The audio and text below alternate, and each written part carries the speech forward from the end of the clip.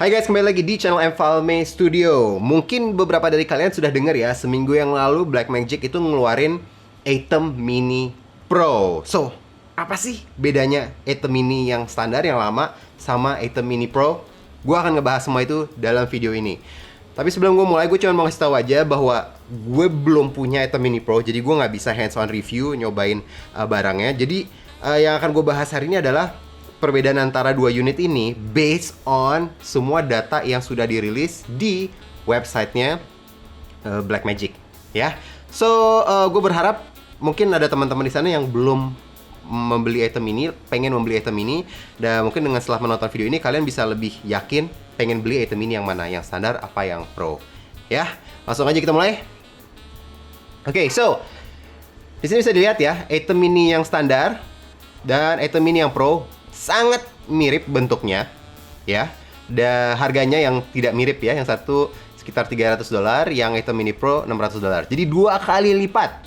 So, kenapa harganya sampai 2 kali lipat, dan apakah worth it untuk mengeluarkan uang yang jauh lebih banyak untuk item ini yang pro? Bisa dilihat ya dari bagian belakangnya, ini sama persis ya, tidak ada perbedaan antara item ini dan item ini pro. Jadi tetap 4 input HDMI, tetap satu HDMI output, ada USB-C out, ada colokan Ethernet ya, dan ada 2 mic 1, mic 2, dan power. Sama saja. Perbedaannya adalah dari tampak atas ya. Di sebelah sini ya, di sebelah kanan sini ada beberapa tombol tambahan yang di sini tidak ada ya. Ada record stop, ada on air off ya untuk streaming, dan ini untuk record, dan ada beberapa option di sebelah kanan untuk video out. Ya, gue akan ngebahas semua ini. Yang akan gue bahas pertama adalah record stop ya. Jadi sekarang Atom Mini yang Pro ya sekarang bisa merekord langsung ke external SSD ya. Bisa dilihat di sini contohnya. Di sini ada colok USB-C, langsung nyolok ke Samsung Portable SSD T5 ya. Ini sangat sering digunakan. Jadi USB outnya ini bisa langsung digunakan untuk merekord. Kalau sudah terpasang, tinggal klik record ya atau stop, dan dia akan merekam program ya yang sedang kalian shoot. Mungkin kalian mikir, oke, ini kan yang sudah pernah menggunakan item ini ya, yang sudah pernah menggunakan item ini pasti tahu bahwa USB-C out ini digunakan untuk webcam out ya. Dalam arti dia akan nyolok ke laptop, dan dari laptopnya dia berfungsi sebagai capture card. Kita tinggal buka OBS atau XSplit, dia akan menjadi inputnya ya kan. So, untuk streaming flow-nya seperti itu. Nah, kalau misalnya si USB-C-nya ini digunakan untuk record ke SSD, terus gimana caranya dong? Berarti tidak bisa digunakan sebagai webcam out lagi. Terus gimana kalau misalnya mau live streaming? Nah, itu tetap bisa. Jadi gue jelasin sedikit. Untuk fitur bisa langsung record ke SSD ini sangat berguna untuk orang-orang yang pertama tidak akan streaming ya. Jadi misalnya lo ada seminar, lo cuma mau record aja. Biasanya nih, gue dulu menggunakan semacam recorder seperti ini. Ini Ninja Inferno ya. Jadi gue bisa setup Atom Mini ini tanpa laptop, hanya beberapa kamera, dan dia akan output HDMI ke sini dan akan direcord ke sini. Dan ini budgetnya lumayan mahal ya, lumayan mahal. Harus beli recorder ininya Atomos-nya udah belasan juta, plus SSD-nya lagi berapa juta, lumayan mahal. Nah, tapi kalau kalian menggunakan Atom Mini Pro, kalian tinggal beli SSD-nya yang ya, bisa ya tergantung size yang kalian mau gunakan ya, mungkin sekitar 1 juta sampai 2 jutaan cukup untuk portable SSD-nya, dan kalian bisa menggunakan monitor HDMI apapun seperti Lilliput, bahkan Viltrox harganya pun cuma 1,5. Jadi dengan budget yang lebih sedikit ya, kalian bisa taping sebuah acara dengan budget yang lebih murah dan dengan alat-alat yang sangat minim. Tapi kalau kalian mau record ke SSD sambil streaming, itu nggak masalah, karena Atom Mini Pro yang sekarang itu sudah memiliki onboard encoder ya, onboard encoder. Mungkin buat yang baru belajar streaming ini agak ribet, jadi gue udah nyiapin sesuatu nih ya, sebuah diagram untuk membantu menjelaskan ini, karena gue yakin gue pertama awal-awal aja agak-agak bingung soalnya. Oke, yang sudah biasa menggunakan Atom Mini ya, flow-nya kira-kira seperti ini. Ini kan kamera-kamera kalian masuk ke Atom Mini, ya kan? Terus dari Atom Mini dengan USB-C-nya nyolok ke laptop atau PC, ya kan? Yang biasanya di sini sudah ada OBS, XSplit atau vMix untuk proses encodingnya. Ya, proses seconding ini adalah untuk apa ya? Memasak, menyatukan semua input-input ini, audio, gambar, animasi, beberapa kameranya dimasak menjadi satu format yang cocok untuk live streaming ya, untuk Facebook, untuk YouTube segala macam. Nah, ini biasanya prosesnya dilakukan di laptop ya. Berarti processing power yang sangat beratnya itu adalah di laptop. Nah, kalau kalian menggunakan Atom Mini Pro, dia sudah memiliki encoder onboard di switchernya. Ya, di switchernya. Jadi proses berat ini tidak akan dilakukan di laptop, tapi langsung dari si switchernya. Ya, jadi buat teman-teman yang mungkin tidak memiliki laptop yang powerful ya, nggak punya ROG segala macam, ini sangat membantu karena kalian bisa menggunakan laptop apa aja, dan laptopnya itu bukan sebagai encoder, tapi sebagai controller. Gue akan balik ke gambar gue lagi. So, jadi nanti kalau misalnya di OBS atau XSplit, kalian setup masukin alamat Facebooknya ya. Biasanya kan ada key-nya, terus RTMP servernya segalanya dimasukinnya di XSplit atau di OBS dan baru bisa digunakan untuk streaming. Kalau menggunakan Atom Mini Pro, kalian bisa langsung masukkan itu semua ke Atom software controlnya ya. Jadi ini laptopnya connect ke Atom Mini Pro-nya menggunakan Ethernet cable ya, LAN cable, dan dia bisa mengontrol si Atom Mini Pro-nya ini. Dan di sini bisa langsung dimasukin nih lokasinya, RTMP servernya, ya kan, apa destination-nya mau kemana. Nanti tinggal di sini kan sudah ada tombol ini ya tadi ya, ini on air atau off ya. On air atau off ini nanti digunakan untuk start streamingnya. Ya, jadi bisa langsung direct ke Facebook, YouTube dari Atom Mini Pro-nya ini. Nah, kalian kalau mikir, oke, tapi internetnya dapatnya dari mana? Ya, internetnya dapatnya ya dari Ethernet cable-nya juga.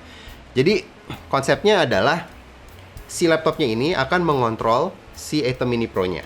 Ya, untuk nentuin streamingnya akan kemana segala macem.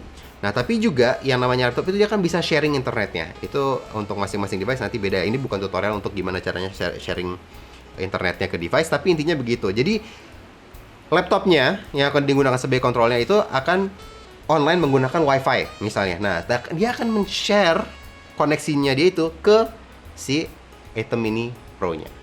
Ya, jadi bisa live-nya langsung. Ya, sebenarnya langsung dari switcher ke tujuan. Laptopnya hanya untuk mengontrol. Ya, kira-kira seperti itu. Mudah-mudahan cukup jelas. So, lanjut. Fitur yang terakhir, ya, yang menurut gue ini fitur terpenting dari Atom Mini Pro adalah sekarang ada multi-view.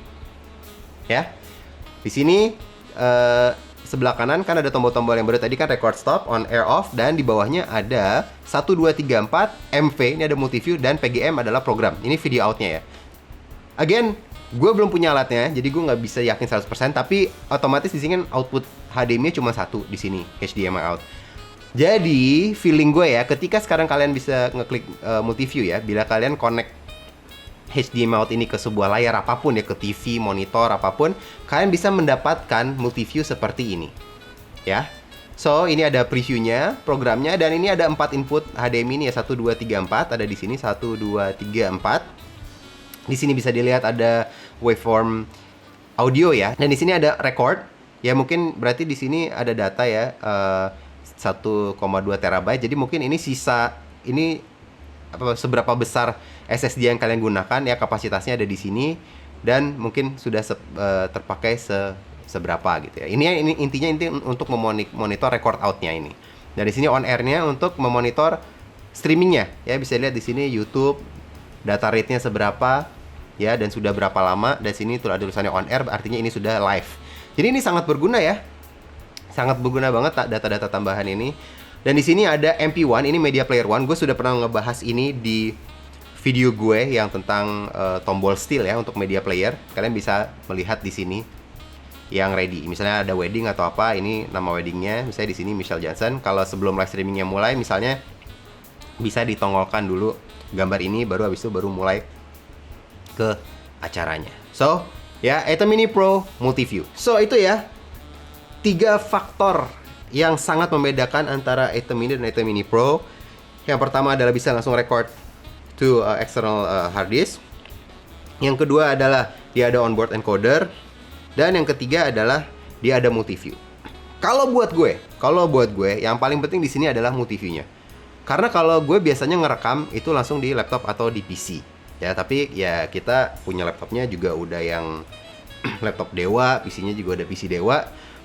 Jadi ya buat kita, gue nggak terlalu butuh fitur untuk bisa recording ke SSD. Gue nggak terlalu butuh fitur untuk encoding. Karena kalau gue belum nyobain streaming langsung dari Atom Mini Pro dan menggunakan Atom Switcher Controller ini. Cuman gue kalau streaming itu banyak tambahan yang perlu kita masukkan. Ada motion, animasi, overlay, segala macam. Nah, gue nggak tahu mampu nggak si Atom Mini Pro ini, software si Atom Control software ini mampu nggak untuk bisa melakukan hal-hal tersebut. Ya mungkin kan masih di develop juga, ini masih baru juga. Mungkin nantinya bisa, siapa tahu nanti semua fitur-fitur vMix di Atom Control software-nya juga bisa gitu kan, bisa overlay, bisa segala macam. Kita nggak tahu. Tapi untuk sementara ini, gue udah punya software encoding seperti vMix, XSplit segala macam. So gue udah terbiasa menggunakan software tersebut. Jadi gue tidak membutuhkan encoder yang onboard. Ya, yang gue butuhkan sebenarnya hanya multi-view-nya, karena multi-view-nya itu sangat penting bagi kita. Dan jujur, gue personal nggak main gitu untuk spend 2 kali lipat untuk bisa dapetin multi-view. Segitu pentingnya buat kita, ya. Tapi itu adalah pendapat kita, itu adalah kebutuhan kita. Kalau lo nggak butuh multi-view, ya, dan lo nggak butuh encoding karena laptop lo udah cukup kuat, dan lo nggak butuh record output, ya udah, kenapa nggak beli Atom Mini yang biasa aja untuk hemat uang, ya kan? Semoga info-info tersebut bisa bermanfaat bagi teman-teman yang merencanakan membeli sebuah Atom Mini, mau itu yang normal atau yang pro dan masih bingung. Dan sampai ketemu di video berikutnya. See you guys, bye.